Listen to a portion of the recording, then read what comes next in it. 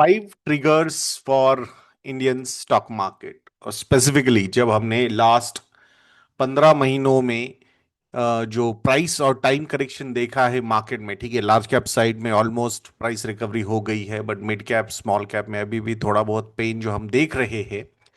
और ऊपर से जो अपॉर्चुनिटी लॉस हुआ है लास्ट 15 महीनों का, तो उसके बाद ये जो कैलेंडर ईयर है 2026 का, या फिर अगर हम FY27 यानी कि नेक्स्ट फाइनेंशियल ईयर की अगर हम बात करते हैं, तो वहां पे कुछ अच्छी चीजें होती हुई दिख रही है। एटलीस्ट कुछ ट्रिगर्स तो वहां से सामने आते हुए हमें दिख रहे हैं। तो उन्हीं ट्रिगर्स को थोड़ा सा अच्छे से समझने की कोशिश आज हम इस वीडियो में करने वाले हैं दोस्तों। सो इसके लिए मैं आप लोगों के साथ एक स्क्रीन शेयर करूंगा, और उसमें ये सारी चीजें एक्सप्लेन करने की कोशिश मैं करता हूँ। I have shared this particular post also, मैंने ट्विटर पे भी शेयर की थी। Then I have shared it on YouTube community post, सब जगह पे, लिंक्डइन वगैरह पे, सब जगह पे। तो I will just try and explain this particular these triggers in properly, मतलब थोड़ा डिटेल में डिस्कशन करके। तो पहला ट्रिगर क्या है, ये जो हुआ है, वैसे वो एफआईआई फ्लोज का रिवर्सल हम बोल सकते हैं। सो एफआईआई फ्लोज का रिवर्सल सही में, मतलब क्या ये, मतलब एक रिस्क भी है जो हम लास्ट में इस वीडियो के कवर करेंगे। बट लास्ट 7 मंथ से जो एक कंटिन्यूअस सेलिंग हम मंथ ऑन मंथ देख रहे थे, तो फाइनली फेब्रुवरी मंथ में ये नेट बायर्स अभी तक, एटलीस्ट 9th का जो डेटा है, 9th ऑफ फेब्रुवरी तक का, तो उसमें अराउंड 4,900 करोड़ रुपीज का नेट बाइंग हुआ है फॉर इंस्टीट्यूशनल इन्वेस्टर्स की तरफ से। ये एक रिस्क फैक्टर भी है, थोड़ा सा और डिटेल में समझेंगे। ऐसा कोई ट्रेंड सेट नहीं हुआ है, the kind of outflows we have seen in last financial year और उससे भी पहले थोड़े समय के लिए। तो उसके बाद कहीं ना कहीं मतलब ये पॉजिटिविटी जो है वो कितनी स्ट्रक्चरली होती है या इट इज स्टिल टैक्टिकल, इसके बारे में थोड़ा सा और डिस्कशन हम करेंगे। बट एटलीस्ट फॉर नाउ ये जो एक ट्रिगर है वो पॉजिटिव साबित होता हुआ हम देख रहे हैं। दूसरा जो है वो है मैक्रो ग्रोथ विजिबिलिटी जो है इंडिया की, वो इम्प्रूविंग, इम्प्रूवमेंट दिखा रही है। और उसमें सबसे बड़ा फैक्टर, अगर प्राइवेट कंपनीज के फिक्स्ड एसेट्स के नंबर्स हम देखते हैं, तो H1 FY26 में प्राइवेट कैपेक्स जो है वो 13.1% ईयर ऑन ईयर बढ़ा है, ये समझ में आया है। फिक्स्ड एसेट्स बढ़ना, इसका मतलब क्या है कि लोग, मतलब private companies have invested the money. कल एक पोस्ट भी मैंने कवर की थी जिसमें इंडिया इंक जो है कैसे कम बैंक से पैसा उठा रहा है अभी।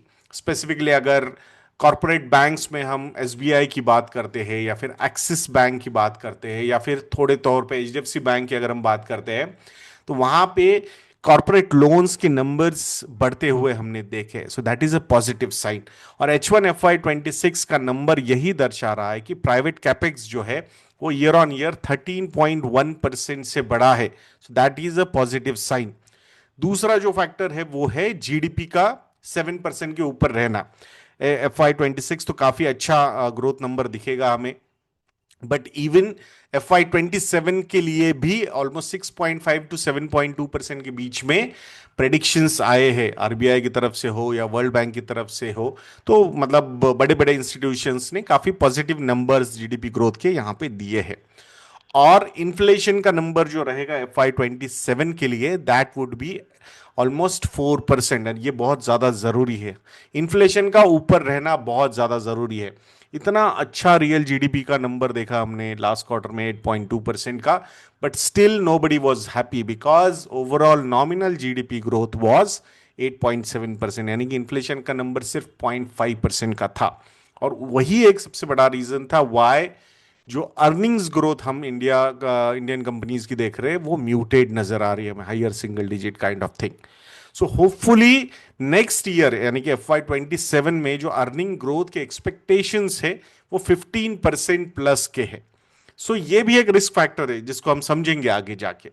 ठीक है, तो अगर यहां पे ईपीएस बढ़ जाता है तो obviously I think that will act really good for the markets.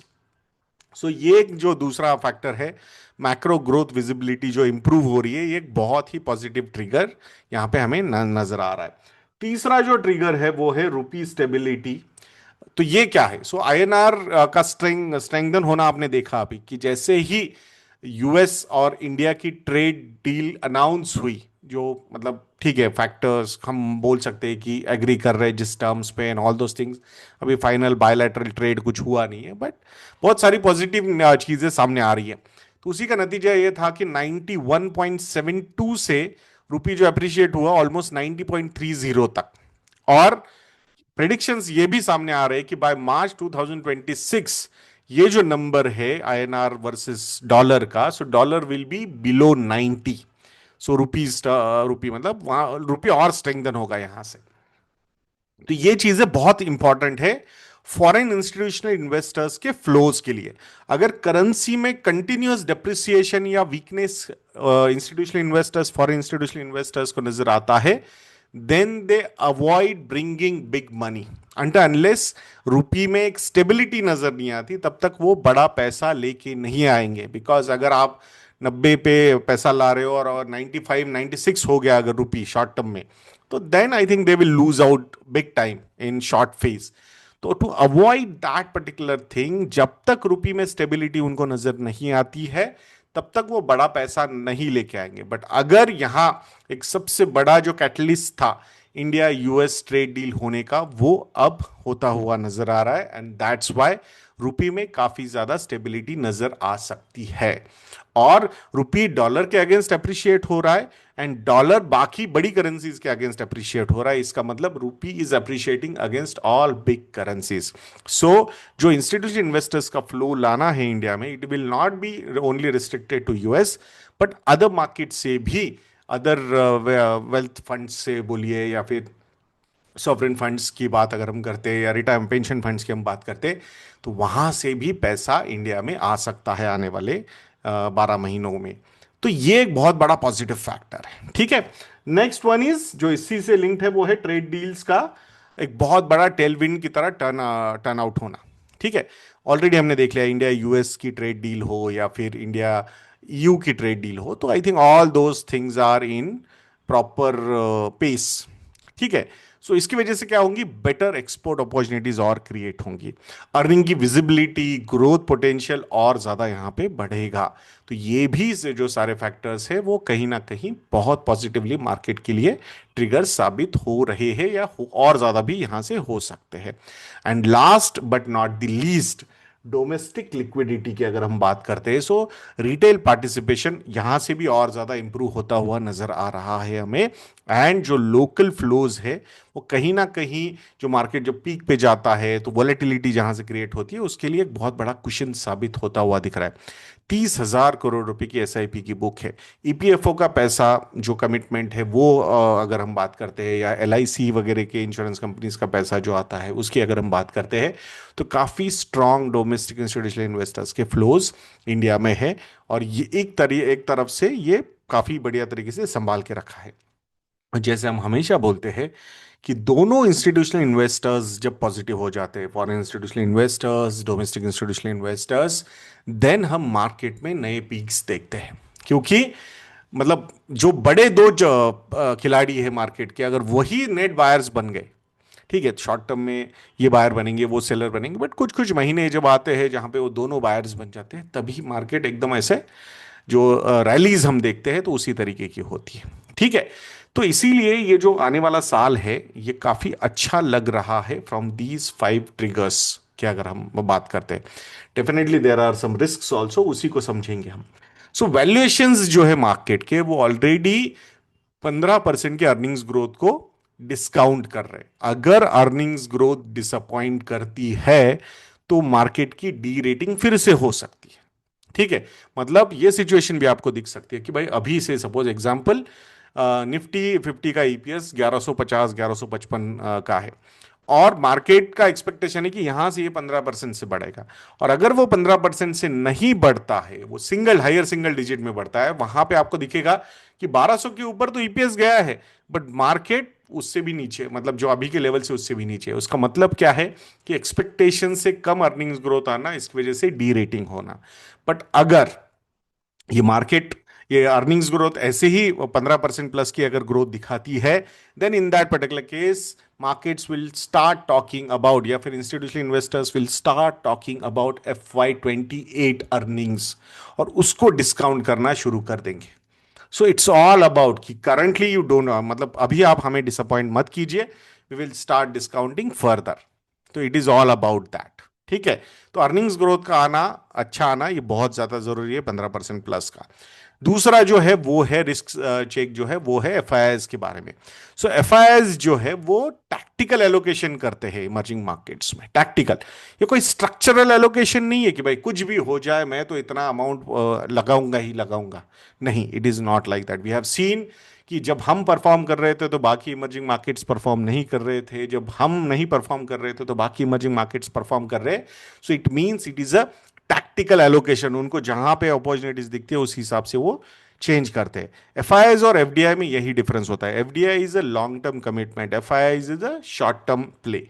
तो वही इसीलिए इसको टैक्टिकल माना जाता है, स्ट्रक्चरल नहीं माना जाता। और इसीलिए कि अगर डिसअपॉइंटमेंट आती है या फिर यूएस की यील्ड्स राइज हो जाती है तो ये फ्लो चेंज हो सकते हैं। अभी भी कुछ ऐसा नहीं है कि भाई फ्लोज आते ही जा रहे हैं, तो ऐसा कुछ नहीं है। ठीक है। तो ये एफआईएस पे भी डेफिनेटली ये टैक्टिकल एलोकेशन एक रिस्क है। और last but not the least, या फिर most important, that is global risk, जिसमें यूएस के रेट्स का ऊपर जाना या फिर जियो पॉलिटिक्स फिर से कुछ नया तरीके से प्ले आउट होना।